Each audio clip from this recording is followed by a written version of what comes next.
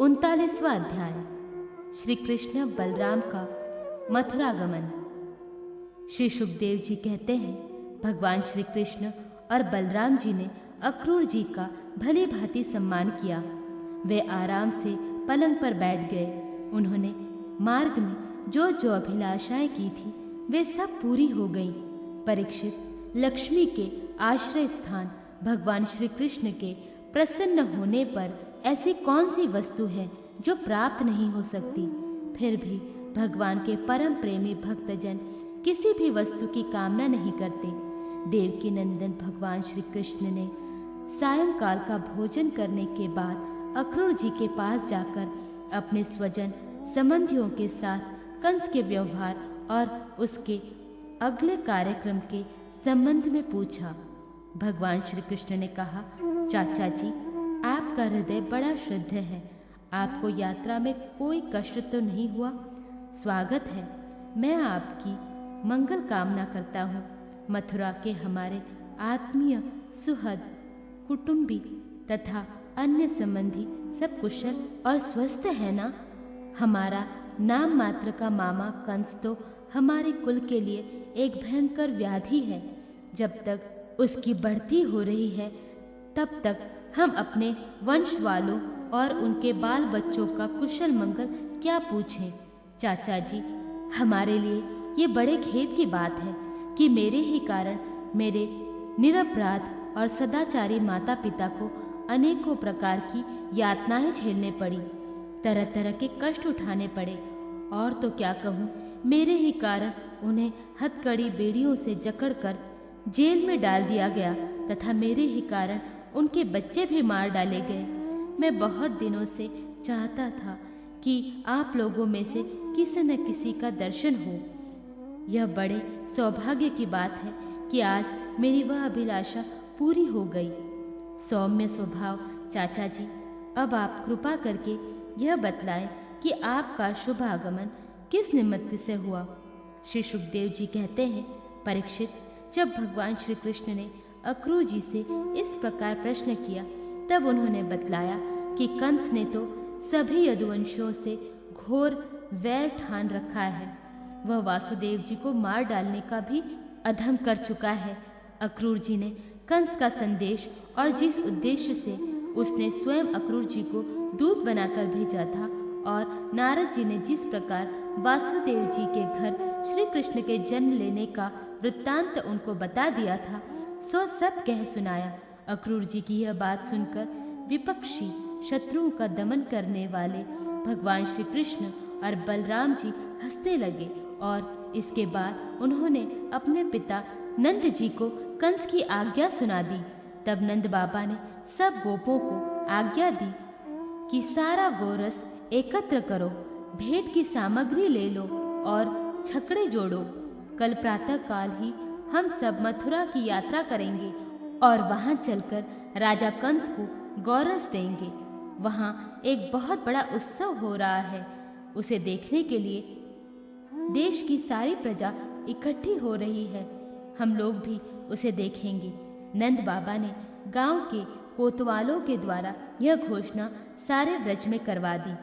परीक्षित, जब गोपियों ने सुना कि हमारे मनमोहन श्याम सुंदर और गौर सुंदर बलराम जी को मथुरा ले जाने के लिए अक्रूर जी व्रज में आए हैं, तब उनके हृदय में बड़ी व्यथा हुई।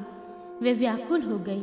भगवान श्री कृष्ण के मथुरा जाने की बात सुनते ही बहुतों के हृदय में ऐसी जलन हुई कि गर्म सांस चलने लगी। मुख कमल कुम्हला गया और बहुतों की ऐसी दशा हुई, वे इस प्रकार अचेत हो गईं कि उन्हें खिसकती हुई ओढ़नी, गिरते हुए कंगन और ढले हुए जूड़ों तक का पता न रहा।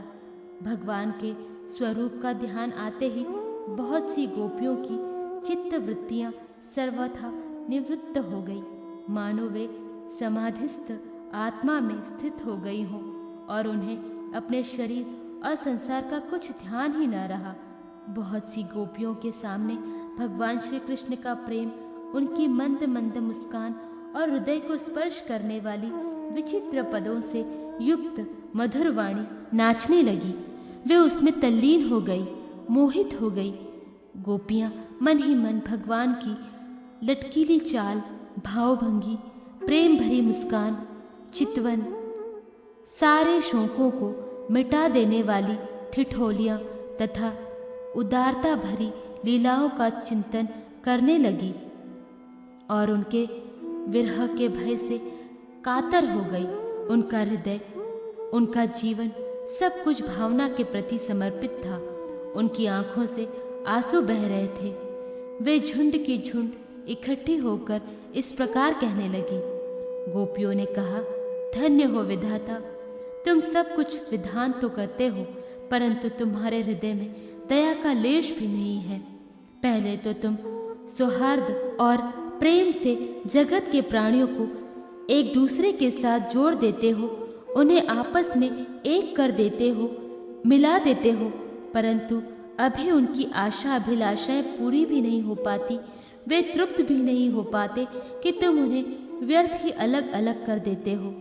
सच है, तुम्हारा यह खिलवाड़ बच्चों के खेल की तरह व्यर्थ ही है।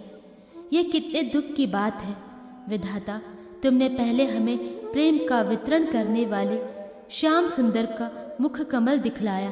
कितना सुंदर है वह। काले काले घुंघराले बाल कपोलों पर झलक रहे हैं। मरकत मणि से चिकने सुसिग्न कपोल और तोते की चोंच सी सुंदर नासिका तथा अधरों पर मंद मंद मुस्कान की सुंदर रेखा जो सारे शोकों को तत्क्षण भगा देती है। विधाता, तुमने एक बार तो हमें वह परम सुंदर मुख कमल दिखलाया और अब उसे ही हमारी आंखों से ओझल कर रहे हो। सचमुच तुम्हारी यह करतूत बहुत ही अनुचित है। हम जानती हैं इसमें अक्रूर का दोष नहीं है, यह तो साफ तुम्हारी क्रूरता है। वास्तव में तुम ही अक्रूर के नाम से यहाँ आए हो और अपनी ही दी हुई आंखें तुम हमसे मूर्ख की भांति छीन रहे हो। इनके द्वारा हम श्याम सुंदर के एक एक अंग में तुम्हारी सृष्टि का संपूर्ण सौंदर्य निहारती रहती हैं। विधाता, तुम्हें ऐसा नहीं चाहिए। अहो, नंद नंदन श्याम सुंदर को भी नए नए लोगों से नेह लगाने की चाट पड़ गई है। देखो तो सही, इनका सौहार्द, इनका प्रेम एक क्षण में ही कहाँ चला गया। हम तो अपने घर द्वारा, स्वजन संबंधी, पति पुत्र आदि को छोड़कर इनकी दासी बनी और इन्हीं के लिए आज हमारा हृदय शोकातुर हो रहा है। परंतु ये ऐसे हैं कि हमारी ओर देखते तक नहीं। आज की रात का प्रातःकाल मथुरा की स्त्रियों के लिए निश्चिंत ही बड़ा मंगलमय होगा। आज उनकी बहुत दिनों की अभिलाषाएं अवश्य ही पूरी हो जाएंगी जब हमारे व्रजराज श्याम सुंदर अपनी तिरछी चितवन और मंद मंद मुस्कान से युक्त मुखार विंद का मादक मधु वितरण करते हुए मथुरापुरी में प्रवेश करेंगे। तब वे उनका पान करके धन्य धन्य हो जाएंगी। यद्यपि हमारे श्याम सुंदर धैर्यवान होने के साथ ही नंद बाबा आदि गुरुजनों की आज्ञा में रहते हैं, तथापि मथुरा की युवतियां अपने मधु के समान मधुर वचनों से इनका चित्त बरबस अपनी ओर खींच लेंगी और वे उनकी सलज्ज मुस्कान तथा विलासपूर्ण भावभंगी से वहीं रम हो जाएंगी। फिर हम गवार ग्वालिनों के पास ये लौटकर क्यों आने लगे। धन्य है आज हमारे श्याम सुंदर का दर्शन करके मथुरा के दशार्स, भोज, अंधक और वृषणीवशी यादवों के नेत्र अवश्य ही परमानंद का साक्षात्कार करेंगे। आज उनके यहाँ महान उत्सव होगा। साथ ही जो लोग यहाँ से मथुरा जाते हुए रमारमण, गुणसागर, नटनागर, देवकी नंदन श्याम सुंदर का मार्ग में दर्शन करेंगे, वे भी निहाल हो जाएंगे। देखो सखी, यह अक्रूर कितना निष्ठुर, कितना हृदयहीन है। इधर तो हम गोपियां इतनी दुखित हो रही हैं और यह हमारे परम प्रियतम नंद दुलारे श्याम सुंदर को हमारी आंखों से ओझल करके बहुत दूर ले जाना चाहता है और दो बात कहकर हमें धीरज भी नहीं बंधाता, आश्वासन भी नहीं देता। सचमुच ऐसे अत्यंत क्रूर पुरुष का अक्रूर नाम नहीं होना चाहिए था। सखी, हमारे ये श्याम सुंदर भी तो कम निष्ठुर नहीं है।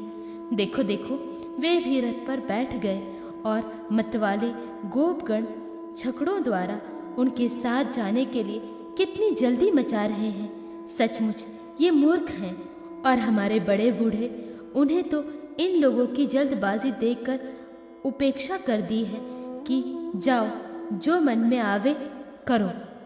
अब हम क्या करें? आज विधाता सर्वथा हमारे प्रतिकूल चेष्टा कर रहा है। चलो हम स्वयं ही चलकर अपने प्राण प्यारे श्याम सुंदर को रोकेंगे। कुल के बड़े बूढ़े और बंधुजन हमारा क्या कर लेंगे? अरे सखी, हम आधे क्षण के लिए भी प्राण वल्लभ नंद नंद का संग छोड़ने में असमर्थ थी। आज हमारे दुर्भाग्य ने हमारे सामने उनका वियोग उपस्थित करके हमारे चित्त को विनिष्ट एवं व्याकुल कर दिया है। सखियों, जिनकी प्रेम भरी मनोहर मुस्कान, रहस्य की मीठी मीठी बातें, विलासपूर्ण चितवन और प्रेमालिंगन से हमने रास लीला की वे रात्रियां जो बहुत विशाल थी, एक क्षण के समान बिता दी थी, अब भला उनके बिना हम उन्हीं की दी हुई अपार विरह व्यथा का पार कैसे पाएंगी? एक दिन की नहीं, प्रतिदिन की बात है। सायंकाल में प्रतिदिन वे ग्वाल बालाओं से घिरे हुए बलराम जी के साथ वन से गोएं चराकर लौटते हैं। उनकी काली काली घुंघराली अलके और गले के पुष्पहार गों के खुर की रज से ढके रहते हैं। वे बांसुरी बजाते हुए अपनी मंद मंद मुस्कान और तिरछी चितवन से देख देख कर हमारे हृदय को बेध डालती है। उनके बिना भला हम कैसे जी सकेंगे?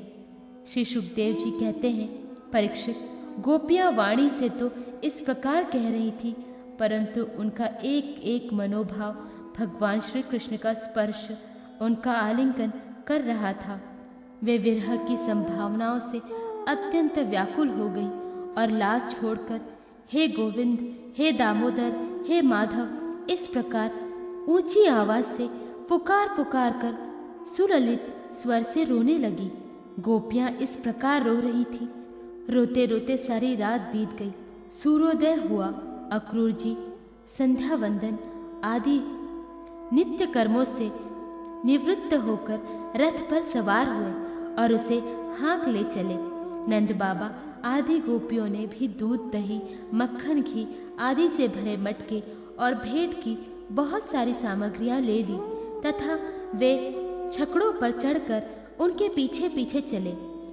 इस समय अनुराग के रंग में रंगी हुई गोपियां अपने प्राण प्यारे श्री कृष्ण के पास गई और उनकी चितवन, मुस्कान आदि निरख कर कुछ कुछ सूखी हुई।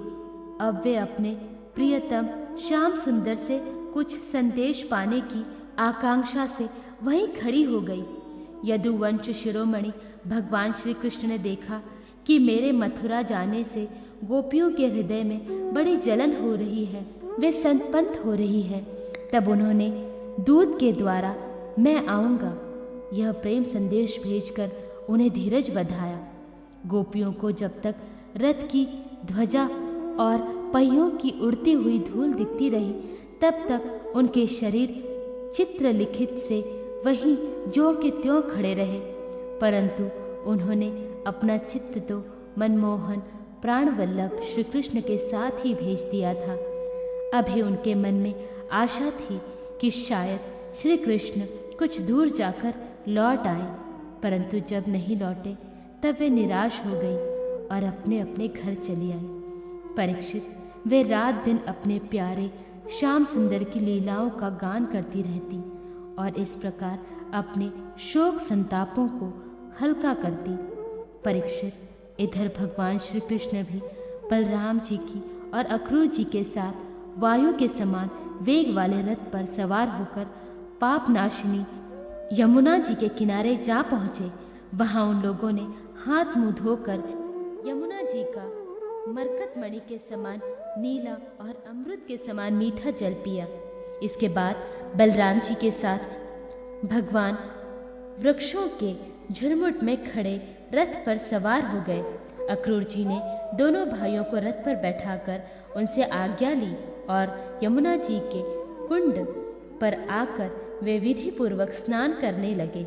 उस कुंड में स्नान करने के बाद वे जल में डुबकी लगाकर गायत्री का जप करने लगे। उसी समय जल के भीतर अक्रूर जी ने देखा कि श्री कृष्ण और बलराम दोनों भाई एक साथ ही बैठे हुए हैं। अब उनके मन में यह शंका हुई कि वासुदेव जी के पुत्रों को तो मैं रथ पर बैठा आया हूँ, अब वे यहाँ जल में कैसे आ गए? जब यहाँ है तो शायद रथ पर नहीं होंगे। ऐसा सोचकर उन्होंने सिर बाहर निकालकर देखा, वे उस रथ पर भी पूर्वभूत बैठे हुए थे। उन्होंने ये सोचकर कि मैंने उन्हें जो जल में देखा था वह भ्रम ही रहा होगा, फिर डुबकी लगाई, परंतु फिर उन्होंने वहां भी देखा कि साक्षात आनंद देव श्री शेष जी विराजमान हैं और सिद्ध, चारण, गंधर्व एवं असुर अपने अपने सिर झुकाकर उनकी स्तुति कर रहे हैं। शेष जी के 1000 सिर हैं और प्रत्येक फण पर मुकुट सुशोभित हैं। कमल नयन के समान उज्ज्वल शरीर पर नीलांबर धारण किए हुए हैं और उनकी ऐसी शोभा हो रही है मानो सहस्त्र निखरों से युक्त श्वेतगिरी कैलाश शोभायमान हो। अक्रूर जी ने देखा कि शेष जी की गोद में श्याम मेघ के समान घनश्याम विराजमान हो रहे हैं। वे रेशमी पीतांबर पहने हुए हैं, बड़ी ही शांत चतुर्भुज मूर्ति है और कमल के रक्त दल के समान रत्नारे नेत्र हैं। उनका बदन बड़ा ही मनोहर और प्रसन्नता का सदन है। उनका मधुर हास्य और चारु चितवन चित्त को चुराए लेती है। भौएं सुंदर और नासिका तनिक ऊंची तथा बड़ी ही सुघड़ है। सुंदर कान, कपोल और लाल लाल अधरों की छटा निराली ही है। बाहें घुटनों तक लंबी और हष्ट पुष्ट हैं। कंधे ऊंचे और वक्षस्थल लक्ष्मी जी का आश्रय स्थान है। शंख के समान उतार चढ़ाव वाला सुडोल गला, गहरी नाभि और त्रिवली युक्त उदर पीपल के पत्ते के समान शोभायमान है। स्थूल कटि प्रदेश और नितंब हाथी की सुडोल के समान जांघें, सुंदर घुटने एवं पिंडलियां हैं। एड़ी के ऊपर की गांठें उभरी हुई हैं और लाल लाल नखों से दिव्य ज्योतिर्मय किरणें फैल रही हैं। चरण कमल की अंगुलियां और अंगूठे नई और कोमल पंखुड़ियों के समान सुशोभित हैं। अत्यंत बहुमूल्य मणियों से जड़ा हुआ मुकुट, कड़े, बाजूबंद, करधनी, हार, नुपुर और कुंडलों से तथा यज्ञोपवीतों से वह दिव्य मूर्ति अंगकृत हो रही है। एक हाथ में पद्म शोभा पा रहा है और शेष 3 हाथों में शंख, चक्र और गदा, वक्ष स्थल पर स्त्री वत्स का चिन्ह, गले में कौस्तुभमणि और वनमाला लटक रही है।